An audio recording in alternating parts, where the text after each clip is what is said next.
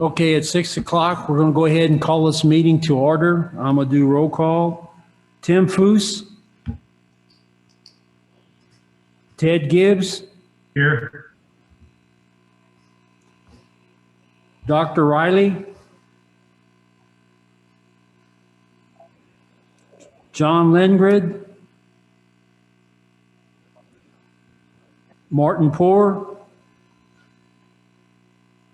Robert Gregory.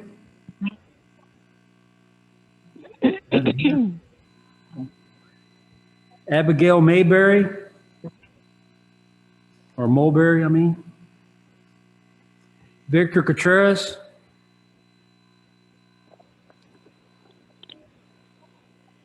Doug Schnaultz. Here. Danny Heineman. Mike Taylor. Here. Marcel Gebhardt. Randy and Albert are here. Jill Bennett.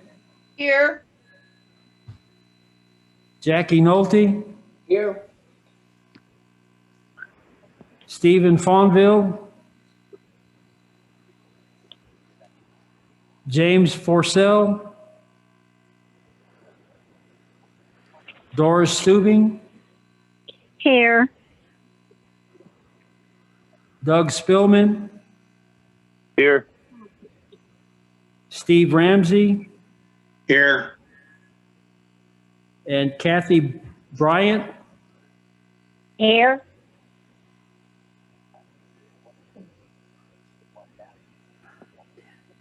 We have 11. So the meeting is official.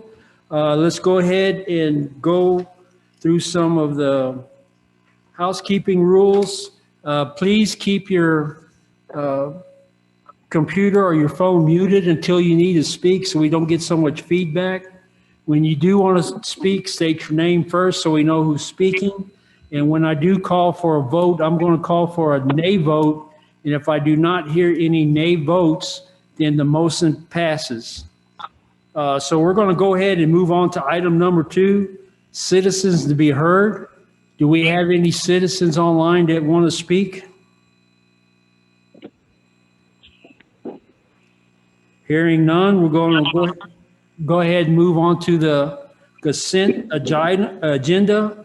We're going to pull the minutes of the last meeting because of some corrections. Is there any problems with the February financial report, check register, or the report until it's audited? Sorry to interrupt you. This is Brandon. It looks like you have an April agenda pulled up.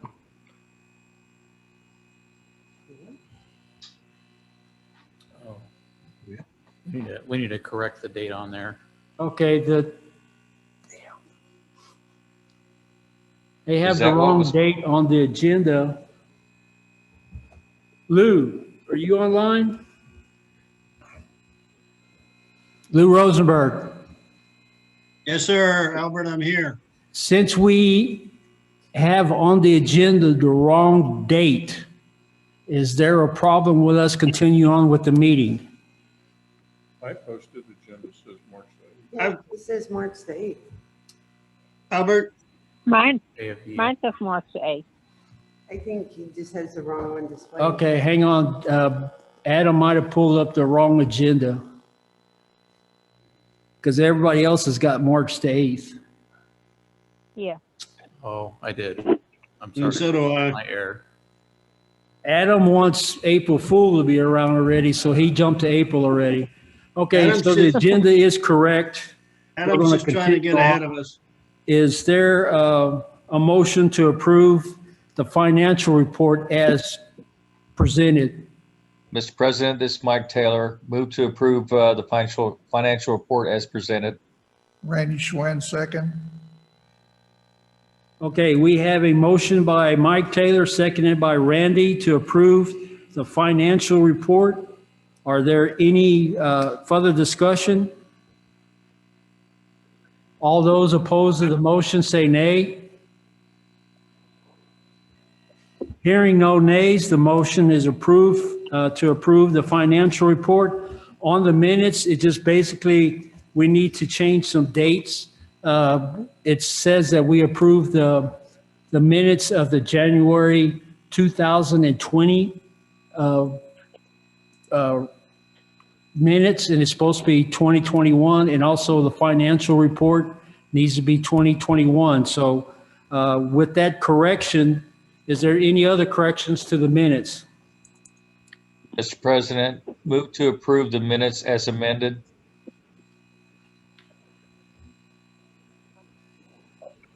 Is there a second? This is Ted Gibbs. I second. Who is that? Okay, please. Okay, we have a motion by Mike and seconded by Ted to approve the minutes as amended. Is there any further discussion? If not, all those against the motion say nay. Hearing no nays, the motion is approved. We'll move on to item number 4, which is the reports. Adam, do you have anything you want to add to your report? Yeah, I want to go ahead and share a PowerPoint and just kind of give a rundown on what occurred during the winter storm a couple of weeks ago, and Canyon's Regional's position and everything that occurred. Let me go ahead and get my presentation up here.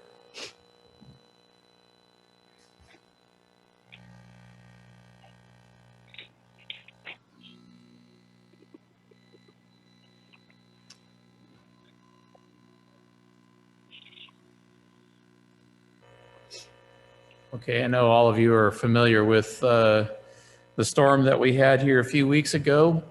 I'm basically calling this presentation Casting a New Vision. And the reason why I am is, well, I'll just go ahead and go through the presentation and you'll see. So historically speaking, there are certain things that Canyon Regional did not consider, such as freezing temperatures that would last a couple of days at the most. That's usually what happens, is that we'd have a couple of days of freezing temperatures and we can kind of handle those. But the storm that we had consisted of 7 days of freezing, which in the past we had not had vision of that kind of event occurring.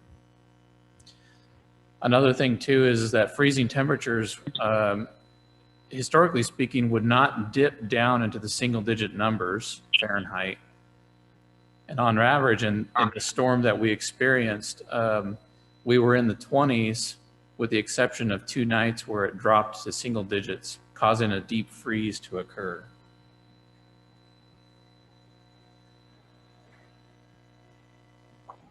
Again, another thing that was not envisioned was week-long rolling power outages. We just did not conceptualize that. And then also the internet going down for days. That was not thought of. We have had the internet go down for a couple hours here, but usually it's back up and running. But here at Lake Dunlap, it had gone down for a few days. So I just want to give you a summary of the events. I'm not going to talk about every little thing that happened, but some of the major things that we really need to focus on. We had various transducers that froze. A transducer is like a sensor that tells us what levels in a tank or what pressures in a pipeline. And virtually our SCADA system runs different implements based off of these transducers. So we had various of them freeze. We do winterize those, where we wrap them with heat tape and we wrap them with insulation. But when the power's not on, that heat tape doesn't work. And with as cold as it was, we had a lot of these transducers freeze. The internet was down for over 2 days here at Lake Dunlap.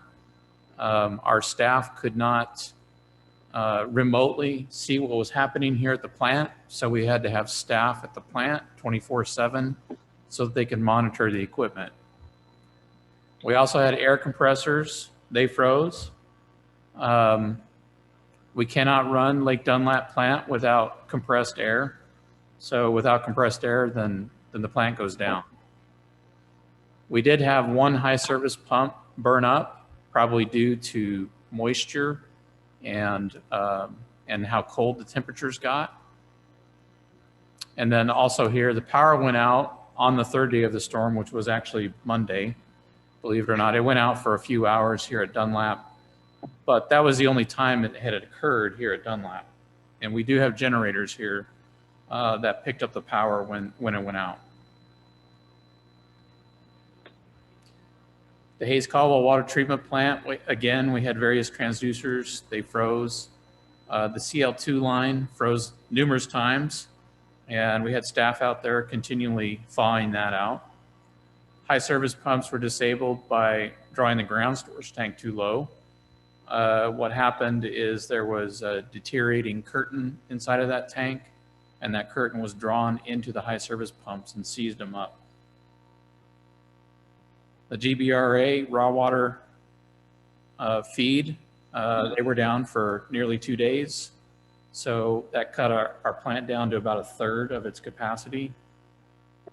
And then a main check valve body on the high service pump station also froze inside the body. Wells Ranch Water Treatment Plant, again, various transducers froze. The SCADA tower, there was some freezing that occurred on that caused us to lose SCADA out there. Herholzer was able to actually reestablish some sort of communication in a very short period of time. We had 2 well motors that were affected by moisture and freezing temperatures. We had another 2 well motors that were affected actually by lightning, by an isolated thunderstorm just a few days before the freeze. And then Wells Ranch, because we have no generation out there, we had constant rolling power outages that nearly made the plant inoperable. We would have an hour of power and we'd have an hour or 2 without power, and this continued with that cycle. It's really hard to run a plant when power is cycling like that. The Wells Ranch pipeline, because of the water coming off and coming off and coming on, the air vacuum release valves were leaking due to the constant surging that was going down the pipeline. So that was one of the issues that we had to deal with. And they're not small air vacuum release valves, they're 4-inch. And so when those things leak, they blow a lot of water by. The Leisner booster station, we had 3 high service pumps burn up due to constant power outages, moisture, freezing temperatures. No generation out there, so it was subject to the rolling power outages. And again, various transducers froze out there as well. The Wagner booster station, our high service pump station number 1, was rendered inoperable because of surge valve that broke, and it sprayed water over the 5 pump motors that we had there, and it virtually ruined them. This began at the beginning of the storm, so that station was, we couldn't even use it during the event.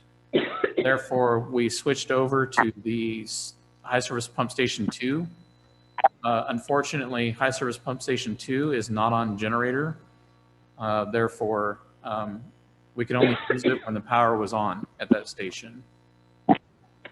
Again, rolling power outages crippled the capacity that we could produce from Wagner. And then also various transducers froze there. 16-4 booster station, it's the same story with transducers. There were some power outages at 1604, but we do have a generator out there, and that generator kept it in power. So this here is the new vision that we're casting here at CRWA. And we have a desire to harden the system against such events as this. And so here's a list of the things that we need to harden the system against. And as David Davenport says it, this is not going to be free. This is an expensive endeavor. Electrically, we need to become self-sufficient. We've generally realized that in this event and also with Hurricane Harvey, that we cannot depend upon the electric company. And so we're looking to become self-sufficient. That's already in motion, and it was before this event. On communications, as far as the internet is concerned, we need to harden our system. On exterior implements that are subject to the elements, such as pumps freezing and blowing up and that sort of thing, transducers, we need to harden against that. Establish firm communication with electrical companies. It was a difficult thing during the event to communicate with them. Establish operational procedures to respond efficiently. Internal, just having our crew ready to respond to such an event. Include protection in future projects. So as we're reviewing plans, like the new Hayes-Caldwell plan is coming up, to have it in our minds to build in protection during these projects. And then we also need to implement sufficient raw water resources, Hayes-Caldwell in particular, which is already at work with the Hayes-Caldwell project. Having said this, there's one thing that CRWA does realize is that we are going to go ahead and go through the process and harden the system. It may take a few years, but we're going to continue to progress in that area. And that is our jurisdiction. We did recognize during the event that it appears that there's other things that were happening in the systems that we serve that impacted us as well. And so we just, that's not our jurisdiction, just so that it's known that whatever happens in y'all's system really impacts what happens with us as well, and vice versa. We sort of have a symbiotic relationship.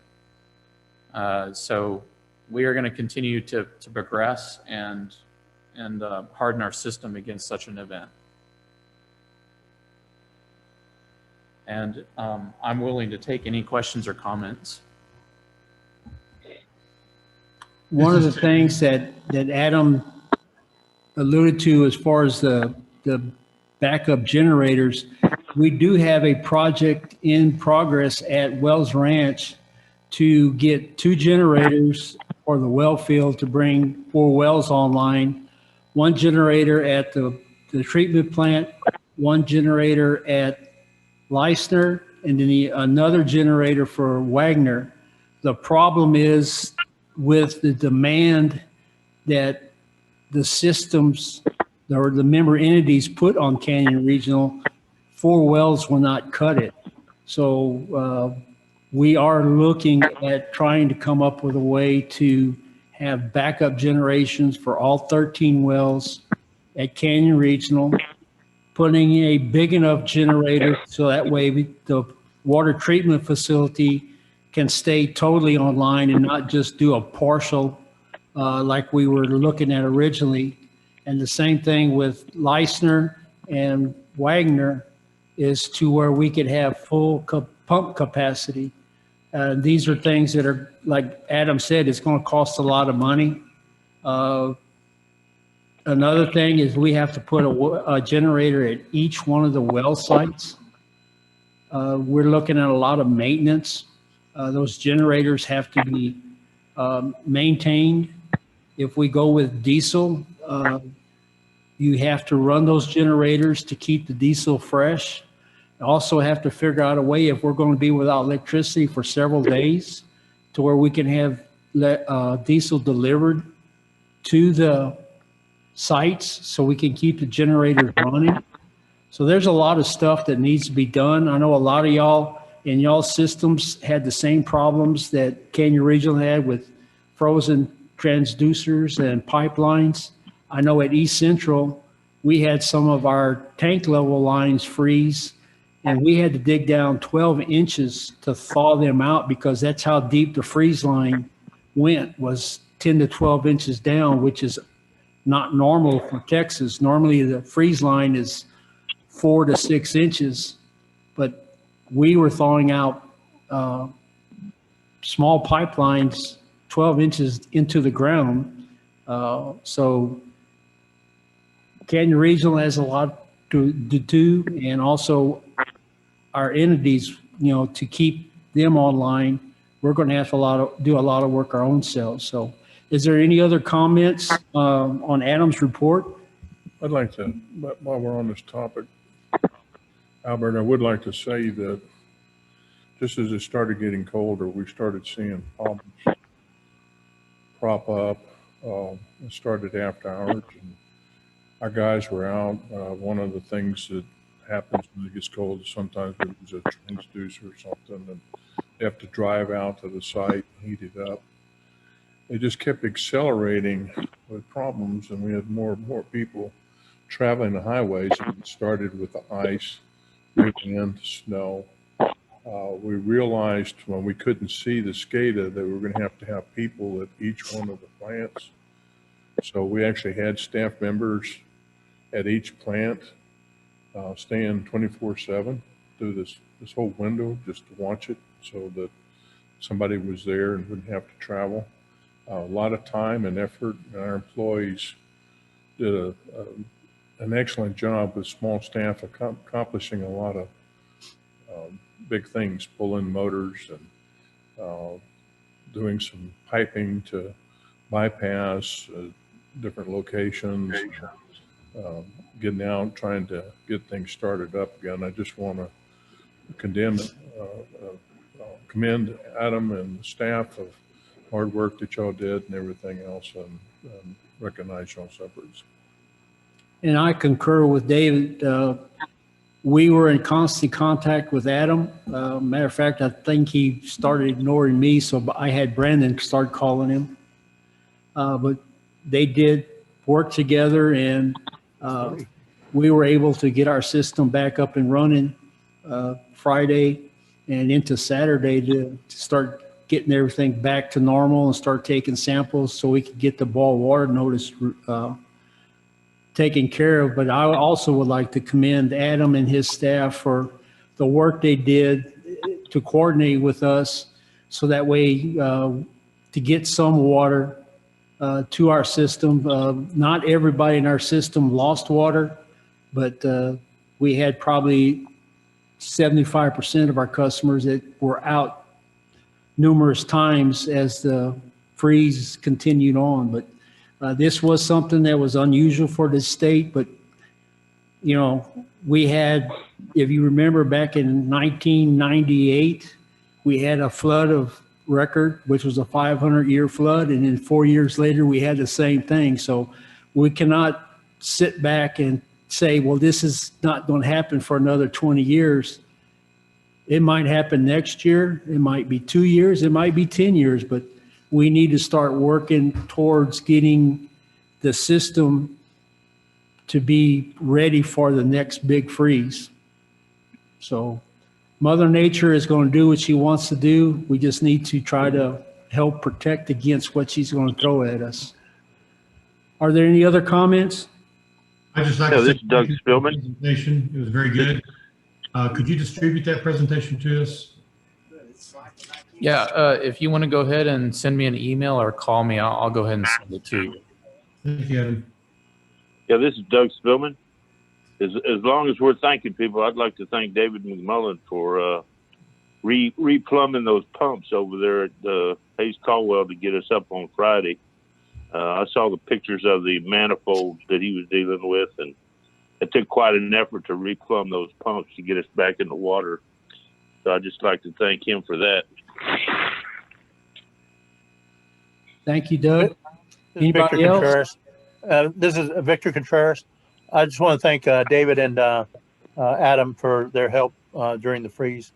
Any question I asked, they were there to answer, so I appreciate it.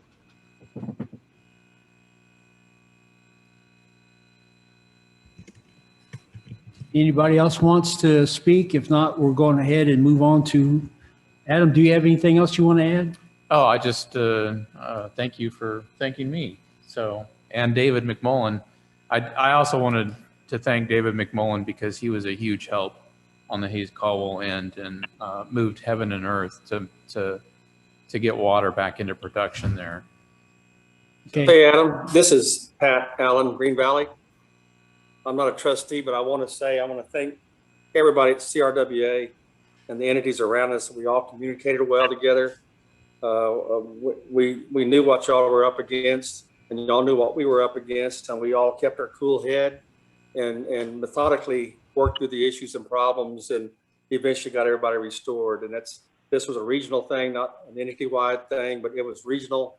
And I think we all learned from our experiences, and we all will have a plan moving forward. And I just want to let you know I support you all, David, Adam, and everybody there at CRWA. And thank you from Green Valley.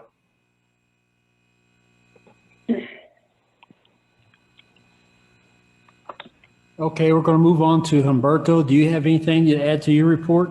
No, sir, but I'll take any questions if anybody has any questions. Any questions for Humberto? Okay, Graham, do you have anything you want to add to your report? No, sir, nothing to add. Happy to answer any questions.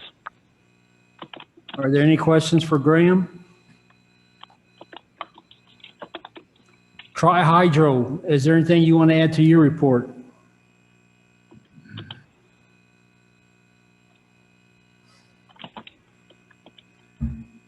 Hearing Sorry. none? Yeah, Albert, just a couple, this is Pat. A couple things. We met with GVC last week on Adam's report and getting work with them on identifying some paths forward on electrical, the Harden System. Also, we met with Preload today and getting them back mobilized on the Leisner project, follow up on Trey's report forthcoming, and looks like they'll be ready to move out next week and should be a month to 6 weeks to finish both Wagner and Leisner. That's all I have. Any questions for Pat? Let's go ahead and move on to Dura with AKA L&V. Anything y'all want to add? Yes, sir. So we sat down and met with Mr. Davenport and Adam this past week and gave them an update and also bounced some of our questions off of them as we're working on the 30% preliminary design of our amended contract for the Hayes Caldwell improvements. And we're looking at giving an update to the entities that receive water from the water plant out there. Probably in a couple weeks, we'll give a presentation update to them to also bring them up to speed. And that's all I have to offer. If you have any questions, let me know. Do we have any questions for Marcus on the Hayes Caldwell Water Improvement Project? Okay, we'll move on to utility engineering on our GIS system. Is there anything to be updated on it? This is David Kniper with Utility Engineering Group, and I have nothing to add to the report, but I'd be happy to answer any questions if there are any. Are there any questions for David on the GIS project? All right, Trey, you're up. I know Yes, you probably sir. got a couple of things. Yes, sir. I've got two pieces of information, both of which are good news. As Pat Lackey from Tri-Hydro mentioned a few moments ago, we're moving forward with Preload and the tank repairs at the Leisner station. While Preload is out there, they're going to simultaneously perform the maintenance and repair work that's needed on the Wagner booster station. The dismissal documents for the lawsuit have been filed with the court, and we're waiting the judge's signature. Now, under the terms of the settlement agreement in the Preload matter, all of the claims that were filed by and against all of the parties have been dismissed, save and except the claims that Canyon Regional filed against Preload. Those claims are going to be abated by the court, meaning that the court's going to press the pause button on those claims until the repairs are performed to our satisfaction, at which time we'll go in and have those claims dismissed as well. But Given how long legal proceedings are taking to get moving these days, we figured it was better just to leave that one on ice rather than having to start over in the unlikely event that things go sideways. So moving forward positively on preload, and in a surprising piece of information that I didn't even have last week when we met with the construction committee, it looks like we finally have a deal with the Cunningham lawsuit. The proposal that's been on the table for several months now and has been mentioned at this meeting multiple times was finally accepted by Cunningham today. The only change or caveat that they've requested is to have a representative present while Morales is performing the repairs of the duct bank. And I think that we'll be able to work through those terms. So I'm expecting to have a written settlement agreement with Cunningham by the next meeting. And it looks like the two pieces of litigation that we have should be over by May or at the latest June. And that'll be the end of the lawsuits that Canyon Regional is a party to that remain pending at this time. So lawyers running out of work is a good thing for the agency. Well, that sounds good, Trey. I'm glad to hear that Cunningham finally did agree to the terms. Are there any questions for Trey concerning the storage tank at Leisner or the Cunningham finishing or the Cunningham lawsuit? If not, thank you, Trey. Lou, do you have anything you need to update us on? Yes, I do. Can you hear me okay, Albert? Yes, sir. Okay, I'm going to try to give the Reader's Digest report on where we are with litigation between the Williams appellants and GBRA. The parties filed initial briefs on December 2nd, and then they filed response briefs on the 4th of January or sometime early this year. We may have got one more round of briefings, but let me see if I can distill the issues to this. The most viable claim that it seems to be that the Williams are putting forward is what we call an inverse taking proceeding under the Texas Constitution, Article 1, Section 17A. And in short terms, that means that somebody's land has been taken without a condemnation proceeding being filed.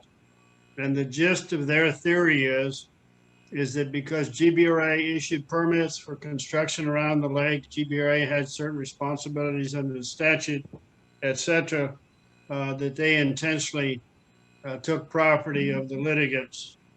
And the reason I'm distilling it down to that one issue is when you look at all the rest of the minor issues, that seems to be the one issue that stands out.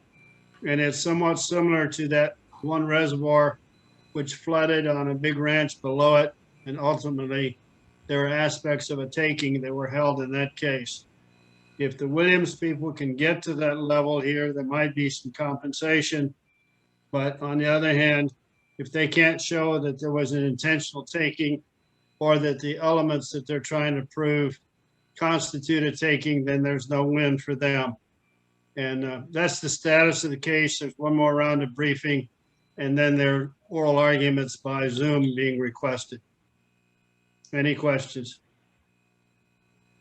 Are there any questions for Lou concerning the lawsuit with GPRA and Williams? Thank you. I'd like to add to the Lake Dunlap info. They did sell the bonds Right. that they need, GBRA did, and they took bids and awarded to Zachary Construction in San Antonio. Evidently, one of the other bids didn't like that idea, and they filed suit against GBRA. And so they've kind of got it on hold pending this contest. But we did receive a letter. Adam received a letter that they're going to start work. Yeah, that was, that letter was not addressing necessarily starting work there. But still the plan is that within 2 years, the lake will be back up. David, did they condition any of that on the litigation going through the fourth court? I got that from a newsletter from the property owners, and I don't really have any detail to that. Lou. Okay, and the reason I say that is in talking with Tom Bowl, the litigation going to the fourth court seems to be running its own course.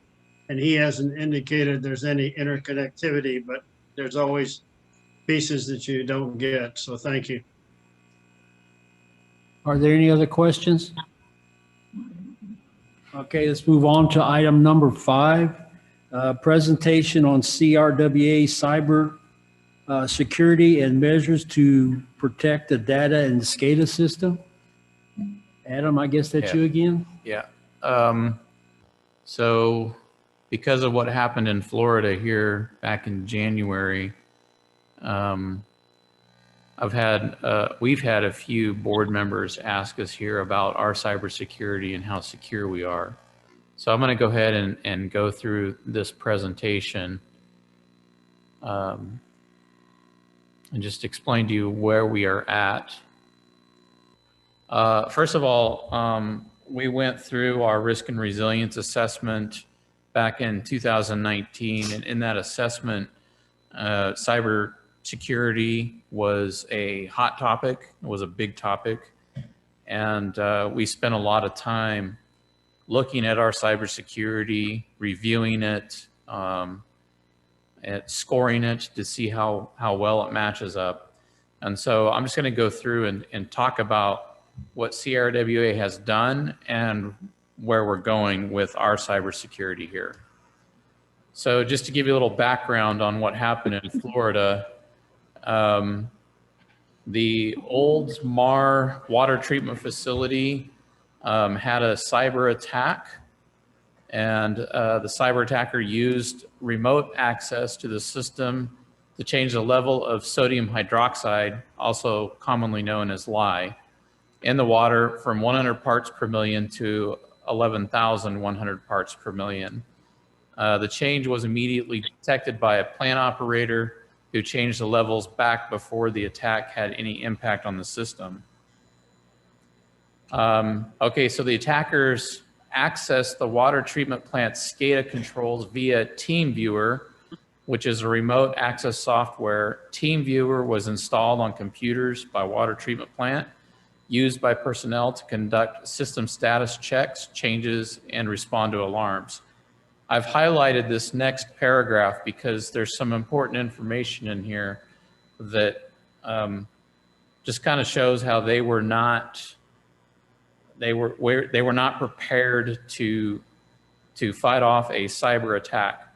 So all computers used by the water plant personnel were connected to the SCADA system, and they used the 32-bit version of Windows 7 operating system. This part's important, the next sentence. Further, all computers shared the same password for remote access and appeared to be connected directly to the internet without any type of firewall protection installed. So that right there is, they virtually had no cybersecurity. Give you a rundown on the systems that we have to protect here at CRWA.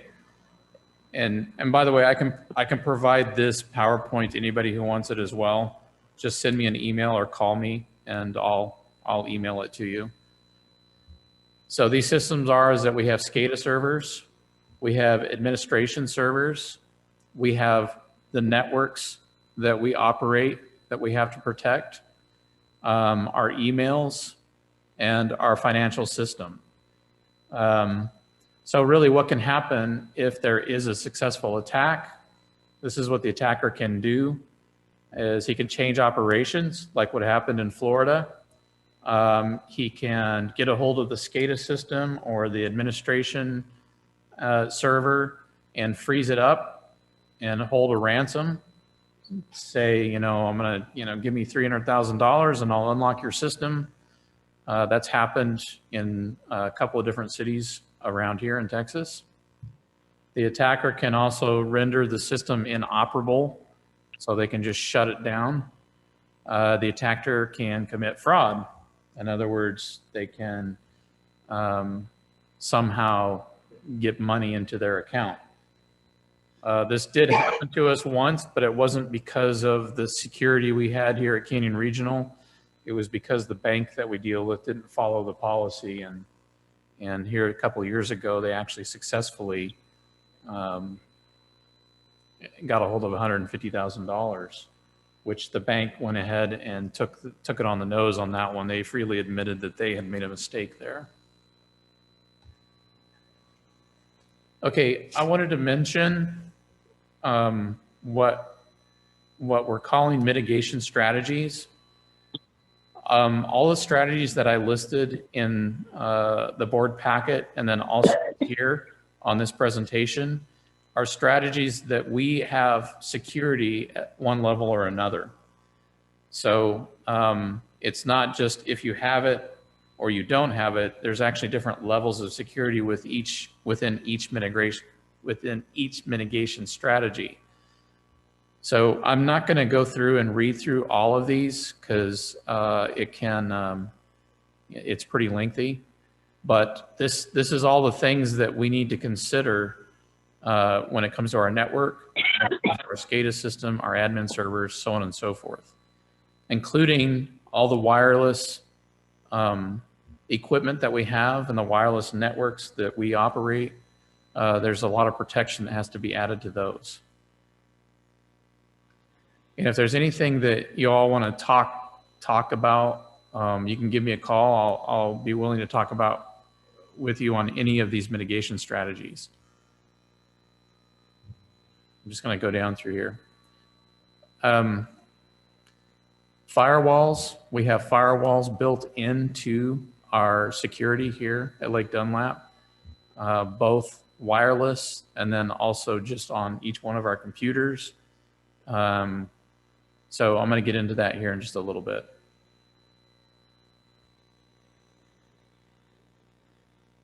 Another thing too that's important to protect are the actual areas that you have a computer, the physical building that it's in. What kind of protection do you have from someone actually getting into that computer?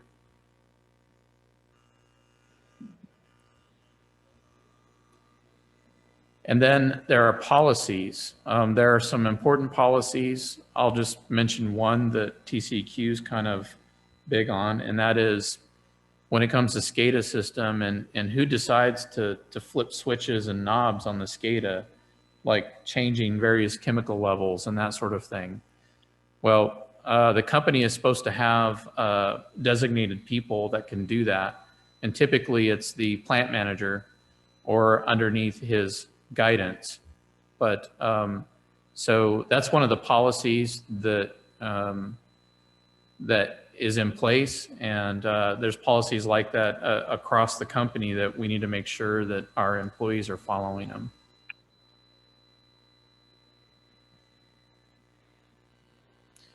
And I know I've just breezed through this really quickly, but I wanted to tell you what security CRWA does have in place. And so I listed a number of them here. There's actually more than this, but this covers quite an array. So we have what's called multi-factor authentication. That means that there's a couple different layers. When someone signs in or logs into the SCADA or the admin server, they have to go through a couple of different barriers before they actually get to where they need to be. Unique passwords to individual employees. So on the SCADA system, the administration servers, there's unique passwords. Permissions managed on each employee. Basically what that is that we've only allowed a certain amount of permission for employees to access certain programs or to make changes on SCADA.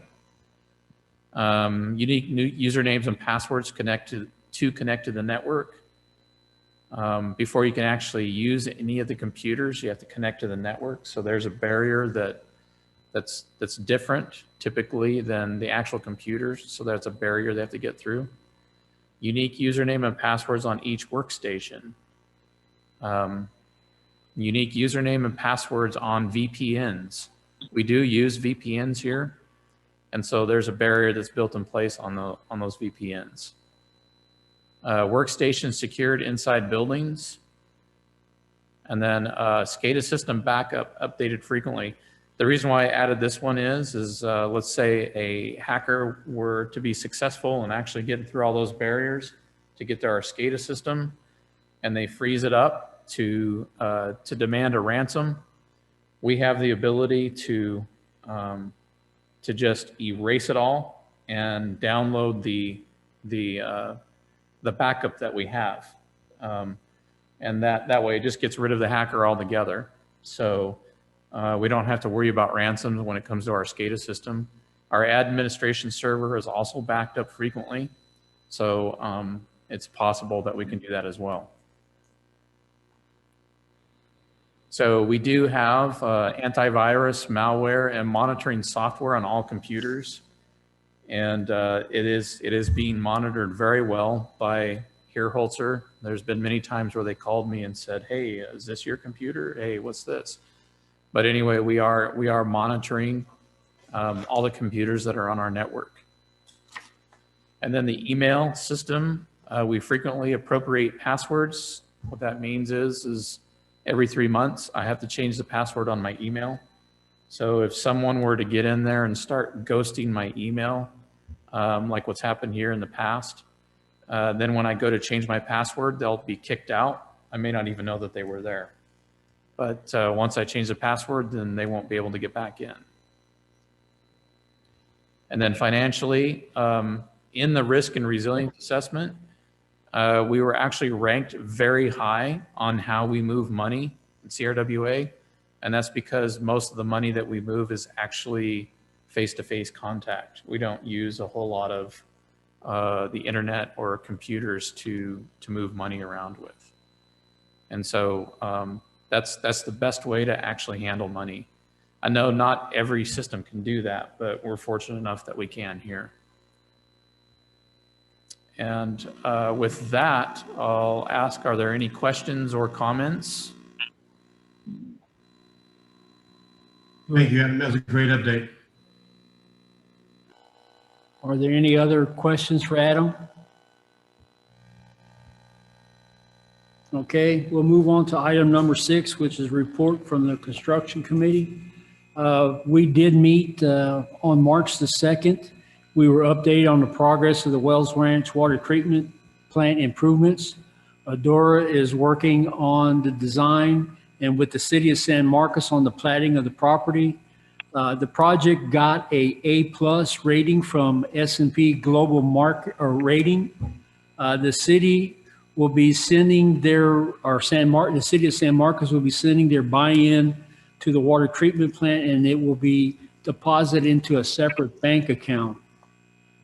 As Trey just mentioned, Cunningham has virtually agreed to our terms, so the update from last week has been changed. The committee did approve a change order to allow Tri-Hydro to supervise the repair of the storage tank at the Leisner booster station for under $27,000. Adam did report of the new requirements that TCEQ is requiring on the testing of the membranes for bin 2 water treatment plants. And that's all I have to report. Are there any questions about the construction committee meeting? Hearing none, we'll move on to item number 7, which is announcements and recognitions. The only thing that I want to remind all the entities is it's time to reappoint or appoint new members to the board of directors and also to the board of managers. Y'all should have got the letters in the mail. We do need these before the May meeting because that is when the new trustee or new directors are sworn in. And so keep that on your back or on the front burner now because we do need these taken care of within the next month or two. Are there any other announcements or recognitions that need to be brought forward?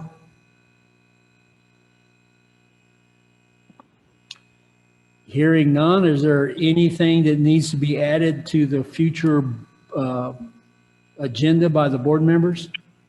Mr. Chairman, at the next meeting, I plan to have a chart report. It won't be Chuck Bailey.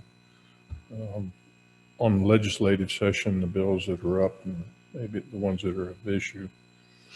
Also, we're moving forward from the board's action and refunding a couple of bonds, Wells Ranch bonds. It looks like probably the approval for that will be in the actual May meeting, but we'll probably have a briefing about the economics of that. We also need to reappoint or appoint a person to the Alliance Board. You did mention reappointments to the CRWA Board or appointments, and heads up, in May we'll have elections of officers. And I think somewhere in May or a little bit further down, we need to start planning on having a discussion about whether or not we reconvene in person or how we're heading depending on COVID. But maybe talk a little bit further about a plan moving forward. I do know right now it does not appear that there's any legislation or anything that is authorizing to continue to do the Zoom meetings in public. So I don't know where that's headed. Maybe it's going to change and we get that, but at some point in time, we will be required to reconvene in person probably. Maybe May or June, reason, just throwing it out there for people to think about. And I know that it'll probably be longer than that before we get everybody vaccinated and those kind of issues, but we do need to start thinking about that direction. Is there anything else that needs to be brought for the next agenda? If not, I will entertain a motion to adjourn the meeting. Mike Taylor, so moved. Victor Contreras, second. We have a motion and a second to adjourn the meeting. Anybody against that? Thank y'all for attending this meeting, and maybe in a couple of months we'll be able to see each other again. But everybody My stay apologies safe. for being And late. thank y'all for attending. Thanks, Albert. Albert. Thank you, sir. Thank you, everybody. Thank you.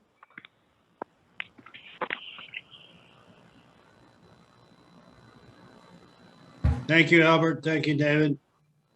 Thank you, Lou.